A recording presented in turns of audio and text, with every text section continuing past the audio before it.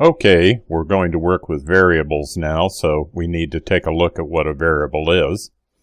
A variable is a name for a place to store data.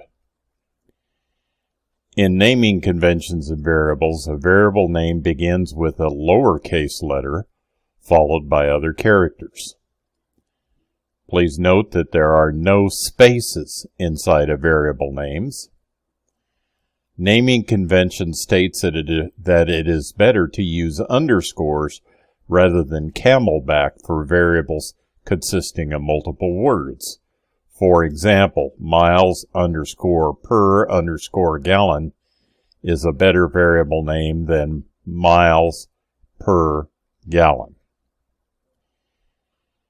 Also, in naming variables, consider that Ruby is a case-sensitive language, so these two are different variables, my underscore name with a lowercase n and my underscore name with a capital N. Next, we'll look at string concatenation, but before we do that, movie is a variable name, and it stores in it the string literal, the movie intercession was. You have the contents the variable contains on the right side and the variable name on the left side. We have result 1 equals the string confusing. We have result 2 equals the string wonderful. And result 3 equals the string awful. Now let's talk about concatenation. We'll go ahead and enter a statement here. We'll type puts with concatenation. All right, we'll print movie.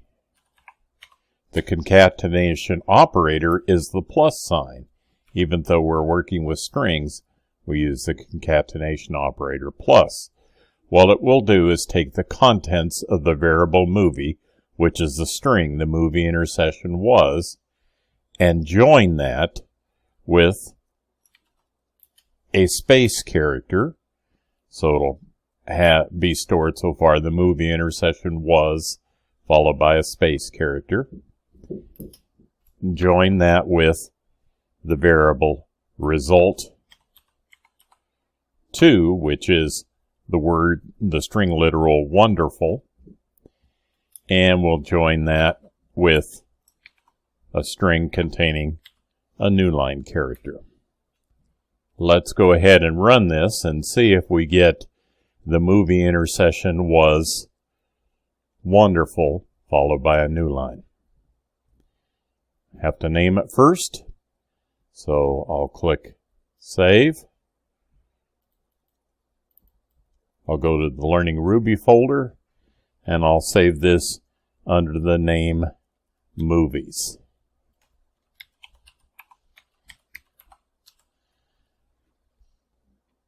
Now let's run this and see what happens. With concatenation, that's the output of statement 5 here.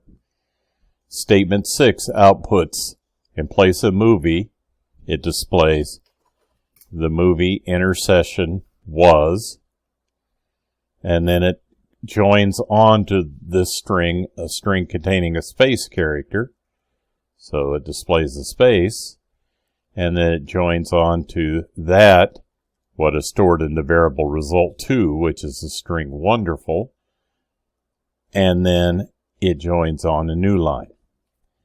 Now what happens is that this concatenation in statement 6 actually constructs a brand new string in memory. The whole string that is printed there, the movie intercession was wonderful with a new line. This is considered a little bit wasteful of memory and space inside the computer, but a perfectly acceptable way of printing out these variables.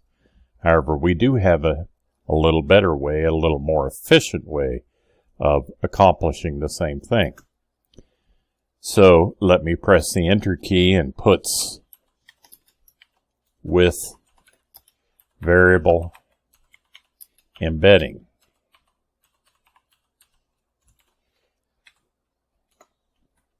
And I will type print, and I will type the quotes to indicate that we have a string here. And I want to embed the value of the variable movie. Its value is the string the movie intercession was. And the way we embed it is to use the sharp sign and the opening curly brace and closing curly brace, and we put the name of the variable there. So instead of printing sharp sign curly brace, MOVIE curly brace, it'll place or embed the value of the variable movie, which is the movie intercession was. Now I'm going to come over here and just simply type a space as part of my string, and I want to embed the value of the variable result too. So I'll go ahead and type that, and I'll put in result 2, and then we want to add a new line. Well, we're inside a string. We just type \n. Let's go ahead and run this and see what happens here. With concatenation, the movie intercession was wonderful. With variable embedding, the movie intercession was wonderful. The last thing I want to show you is embedding the values of variables inside a quotation doesn't work with the single quotes. So I'll put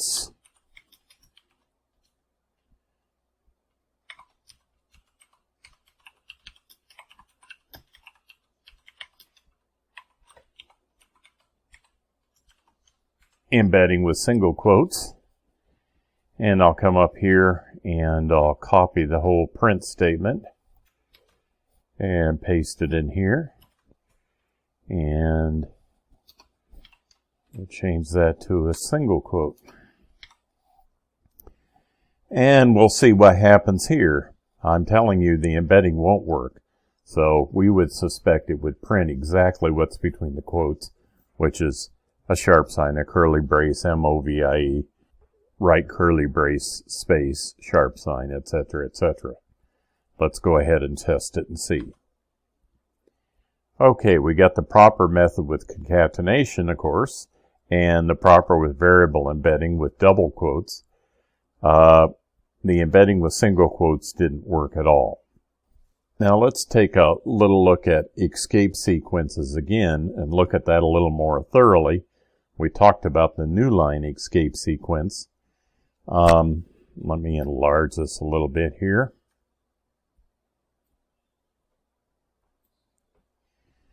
Below are some of the more common escape sequences that can appear inside of double quotes. If you have something quoted and you want to display a word quoted inside of that, you can use the / double quote. If you want to display a backslash, you can use \\. If you want the terminal to ring a bell or signify an alert, use \A. If you want the cursor to back up a position, you use \B. If you want the cursor to move to the beginning of the current line, you would do \R, carriage return. And of course, we've already discussed new line, which will cause you to move down to the beginning of a new line. \S inserts a space, and \T inserts a tab, usually equivalent to 8 spaces in most terminals. In single quotes, you cannot embed variables, and you cannot embed most of these. The only ones that are interpolated inside of single quoted strings are \, single quote, and \. Otherwise, there's no interpolation of the material inside a string with single quotes. Well, that concludes Lesson 4. Thanks for listening, and goodbye for now.